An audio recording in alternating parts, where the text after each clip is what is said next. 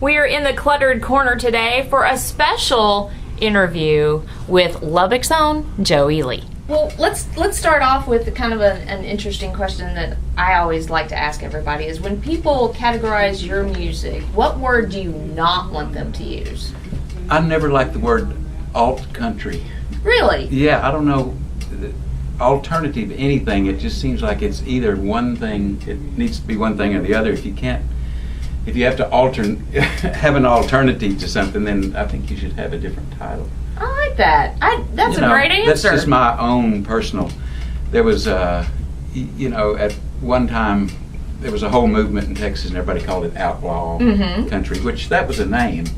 But when you did alternative, then that seems like you couldn't find a name for it.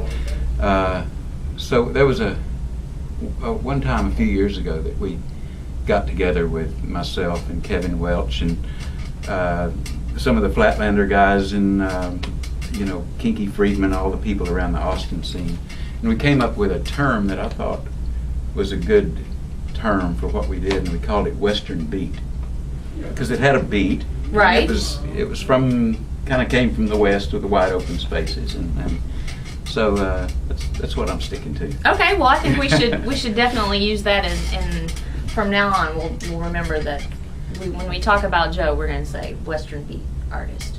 Western Beat. Nobody will know what you're talking about. Well, that's okay. It'll be our thing. Well, when you think about Texas, do you have a favorite song that is about Texas? Ooh, boy. There's so many of them. There's a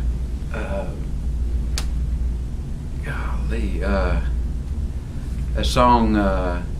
There's an incredible song that Lyle Lovett recorded and Butch Hancock recorded it too, called the Texas River Song. That is, I think, a really great song about Texas. Another great story that kind of started in Texas is Robert Earl Keen's "The Road Goes On Forever and the Party Never Ends." But if you start getting into Texas songs, you're getting into a really deep well there, because you can go back to Bob Wills and San Antonio Rose and just there's a massive amount of it. Cool. Well, let's talk about your album real quick. You've got the new release. Tell us about the new single is doing really well in the Texas music chart right now. Yeah, it is. It's a funny little song that I got the idea for the song from a little small town newspaper that I just picked up in a cafe out on the road. I think it was over by Texarkana somewhere. And saw a story about a guy who had told about his life, said his favorite thing to do was to shoot skeet out in the back of his farm with his friends, and when he died, they looked through his will and were shocked to find that he wanted to be cremated and his ashes put in shotgun shells. and then to have all of his friends come over and shoot skeet out at his favorite range out there.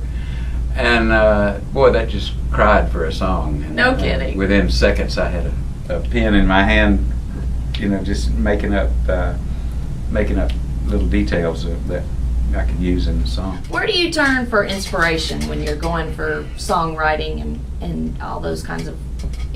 Well, I used to turn outward. I used to think that songs came from out there, and you had to go out and find them. And then I realized that you're carrying them around with you everywhere you go, and so I go inside now. A great songwriter from Nashville, a guy named Tom T. Hall, told me one time, he said, some people can go around the world and not see anything, and some people can walk around the block and see the whole world. Wow. And so, yeah, I think everything you need to say in a song will be there somewhere inside of you. Okay. Well, this is kind of a fun question. When the phone rings, how many times do you let it ring before you answer? 4. 4? Uh-huh. Is there a particular reason why 4? Well, because 5 goes to the answering machine. Okay. And if I get a premonition that it might be something that needs to go to the answering machine, I can let it go. Right. Yeah. There's a feeling there that I don't really want to talk to that guy. Yeah, 4 is, I usually get a vibe from the telephone itself after 4 rings. And